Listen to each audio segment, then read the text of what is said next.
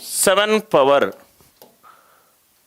10 divided by 11, 13 power 16 divided by 17. అర్థమవుతాయి, డైరెక్ట్గా answer వస్తుంది సార్. 19 power 45 divided by 23. నాలుగోది remainder 41 power 61 divided by 31. Fifth one 7 power 55 divided by 19. First 5 ప్రాబ్లంలు నేను solve చేస్తాను, మిగతా 5 ప్రాబ్లంలు రైట్ మీరు సాల్వ్ చేస్తారు. క్లాస్ అయిపోగానే మీకు రిమైండర్స్ మీద పట్టొచ్చి తీరాలి సార్. 7 power 10 divided by 11. ఇక్కడ మీరు చూడండి సార్, ఫర్మాట్స్ థీరం ఎప్పుడు ఉపయోగపడుతుంది? హారము ప్రధాన సంఖ్య అయినప్పుడు.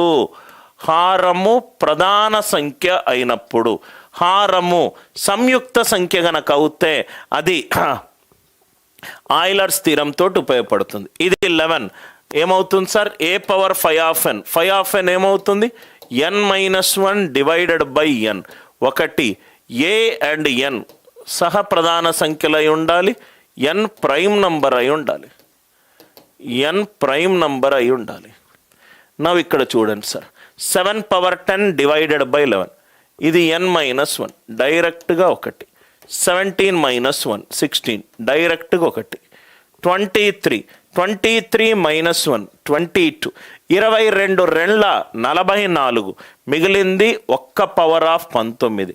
ఆన్సర్ ఎంత? 19. ఇది 19 పవర్ ఎంత అవుతుంది?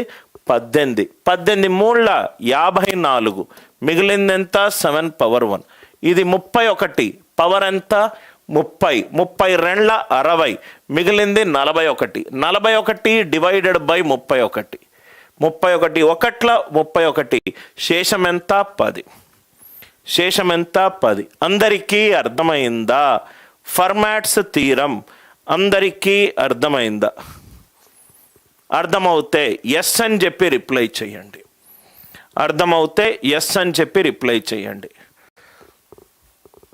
41 power 61. డినామినేటర్ ప్రధాన సంఖ్య ఉంటే పవర్ 30 వస్తుంది. 30 రెండ్ల 60, మిగిలింది 41. రైట్, 31. ఇవన్నీ ఈజీ సార్. ఇది 23 ఉందనుకోండి, ఫర్మాట్స్ థీరం ప్రకారము 19 power 22 డివైడెడ్ బై 23 1.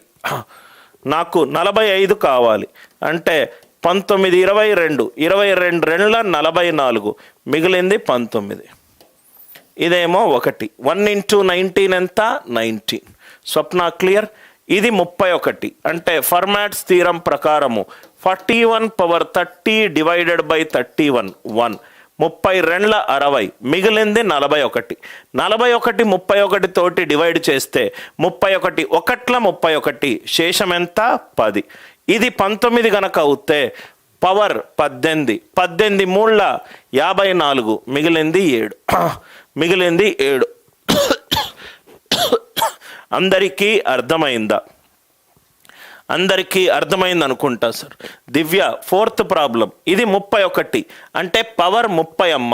30 రెండ్లెంత? 60, మిగిలిందెంత? 41. 31 ఒకట్ల 31, మిగిలిందెంత? 10. Are you all with me?